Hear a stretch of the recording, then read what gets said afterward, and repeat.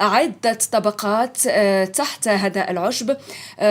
طبقة تعرف باسم طبقة الدعم، طبقة أنظمة التصريف، طبقة رملية، وطبقة النمو. سنشاهد كل هذه الطبقات في هذه الصورة كما التي نشاهدها الآن.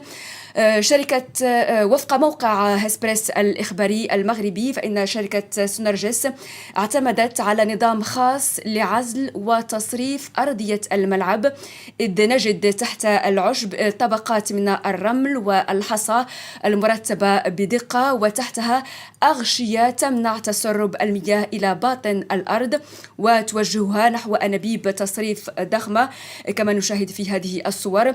هذه التقنية تعرف باسم التصريف القسري، وتعتمد على استخدام مضخات لطرد المياه الزائدة بسرعة، خصوصا في حالات الأمطار الغزيرة.